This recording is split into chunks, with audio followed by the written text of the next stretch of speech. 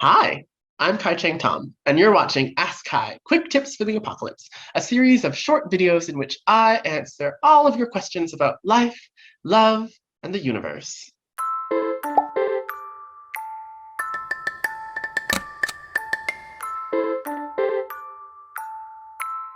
So today's question is from one who writes and says, "Hello, my partner just came out as bisexual, and I would like to know how I can be more supportive." I'm so glad that you want to be supportive of your partner who is coming out as bi. Fantastic! Congratulations already. You are getting a good partnership award because wanting to be supportive is an awesome first step, and it is not the first reaction that everybody has. So, congratulations to you, and congratulations to your partner. So, I'm noticing that the writer of this question left ambiguous, like if they were in like a gay relationship and the partner is now interested in people of like a different gender, or if they were in like a hetero relationship and the person is now interested in people of the same gender or like queer genders. So I'm just going to try and answer this question like fairly generally and maybe give some specific pointers in like the direction of like hetero couples where one partner is coming out as bi, because I think there may be a few extra things to consider there. When someone we love, maybe someone we've loved for a really long time in a really serious way, announces a big change in their life. Maybe it's not a surprise to them, but it's probably a surprise to us. Like, if my partner came out as differently queer or trans than they already are, that would be a surprise to me. It's normal to have complicated feelings about that. I think most people do. Where we cross the line into potentially bad or unsupportive or maybe even abusive behavior is where we then make our feelings like the center and try and like restrict or guilt trip or force our partner to take care of us in some ways, where we're like, you can't be bi because what about me, right? So that is where one can draw the line. And I think it's really healthy, actually, to acknowledge one's complex feelings and maybe work them through with friends, a professional, through spiritual practice, anything like that. Because if we don't acknowledge complicated feelings that we have, they are not likely to go away. What we resist persists. And then those feelings might spill out of us in unexpected or unwanted ways, like in the middle of an argument, like an unrelated argument, for example, or through like snide comments or passive aggression. Our complicated feelings often yearn to be heard and to be seen. And if we refuse to hear and see them, they will make themselves heard and seen by other people. So good to acknowledge any complicated feelings that might be there. And the complicated feelings around someone coming out, especially a partner coming out, are usually things like this. One, am I not enough for my partner anymore? Am I unable to fulfill my partner's needs? Two, is my partner gonna leave me because I'm not able to fulfill their needs? And then, from those two worries, we often spin into, well, I'm not good enough. I'm not sexy enough. How could I have not known? I'm such a bad person. I'm unlovable, right? This is our deep human fear. I'm unlovable. And that can be pretty painful.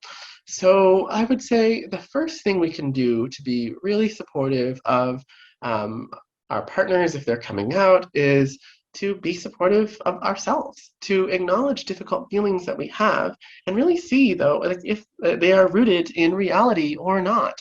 A partner coming out as bi does not mean that you have failed or that you are wrong or a bad partner in any way. It just means that they have a broad, it just means that they have a broad experience of desire, and you are one of two or many more categories of people that they could feel desire for. Is your partner going to leave you? Well, I can't really answer that, but like if your partnership is already solid and stable, then probably not. Like just because your partner is discovering or coming out about a different side of themselves doesn't mean that they don't love you anymore.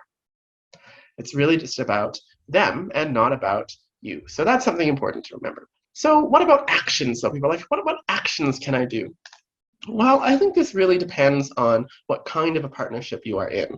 So something that is maybe extra exciting or delightful about being in an open or polyamorous style of relationship when your partner comes out as bi is like you can be like, oh yeah, well go forth and explore other people of new genders, and that can be something really exciting and fulfilling for them, and just to like kind of celebrate with them as they explore what probably is what is pretty tender or even anxiety provoking territory. There's that. Now, if you are in a monogamous partnership, there might be some stickier things that come up around that. And that usually tends to be around like, well, what if your partner wants to explore this side of themselves that they're newly open about, but they're in a monogamous relationship with you, and so they can't do that. So the tension there is like, well, a lot of couples will say, maybe we want to be open or polyamorous for a certain period of time or in a limited way, so that the partner who is coming out can then have their exploratory experience. And I'm not going to tell anyone how to like run their own partnerships. Just some kind of troubleshooting tips I can give about that are, it is pretty hard to anticipate how either person in the partnership is going to feel once the exploration happens. So what I mean by that is a lot of people, and this is particularly for like heterosexual relationships where one person has come out as bi or queer, there can be this idea of like, oh yeah, well, I guess I have to let you have some hookups with other people so you can get this exploration out of your system, and then you'll return to me and our partnership will still be good. And I'll just say, so we just don't know how that's always going to work out until it happens.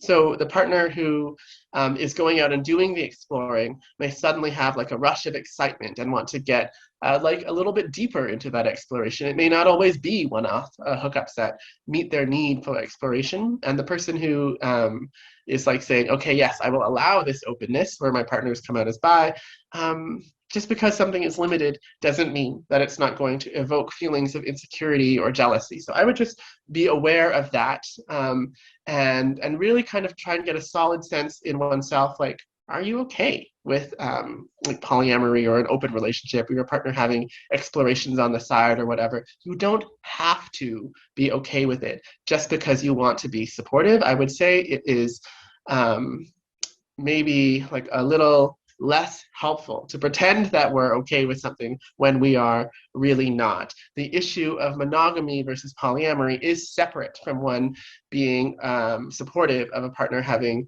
like bisexual or queer feelings. So important to kind of separate those two things, because if we try and pretend that we're okay with openness or polyamory and we're not, it's likely to lead to conflict that we don't expect. And surprise conflict is everybody's least favorite kind, in my experience. So that's important to know. If you do decide that you're like, well, I am not okay with polyamory and we're monogamous and I still want to be supportive, that's something to have like a deeper and longer conversation about. So for example, there's porn that your partner may want to be able to explore in a more open way. Maybe they want to explore that porn with you, or other fantasies or sexual activities that can kind of look into the experience of bisexuality, where you're still sort of maintaining the relationship agreement you have of monogamy, but the sexuality that you are having is expanded. Some folks also like to invite new people into the partnership, not in like a polyamorous way, but like in the sense of, like, for example, having threesomes or going to sex parties or mixed gender bathhouses where you can like observe people of different genders having sex and kind of get that like sexy homoerotic or bioerotic energy and ambiance without directly participating, or where you're participating together, and because you're participating together it feels less intense or scary for the monogamy. So these are all things you can consider. You can get creative about it as well. But all this to say is, like, I would just really encourage having some really thoughtful conversations where you're getting clear about what each of you wants and what you're ready to do and explore. I guess the last thing I might say about this is probably something you're already thinking about, is Any big transformation or shift in a relationship is likely to bring up feelings of tenderness. It's obviously tender for someone to be coming out as bi for the first time. They're wondering if they're going to be rejected. They're wondering if they're going to be able to explore these desires in a way that is healthy for them and probably that is healthy for you and the partnership as well. All those things that people who worry about when their partners come out usually are pretty similar to the things that the partner who is coming out is worried about. Am I failing my partner? Am I a bad person? Am I still going to be able to meet my partner's needs? Is this partnership going to stay together? And in all of those cases, I would just say it's important to acknowledge that you're feeling those feelings together rather than alone. It's often a lot easier and can feel a lot more supportive for both people in the partnership than trying to knuckle through all by yourself. So be kind to yourself, be kind to your partner, be kind to one another. When we move in the spirit of compassion and honesty, things tend to go a lot smoother. All right, that's it for today. Thanks so much for watching. I'm Cheng Thom. This is Ask Kai, quick tips for the apocalypse. Stay safe, wash your hands, maybe go to a party, but also stay safe.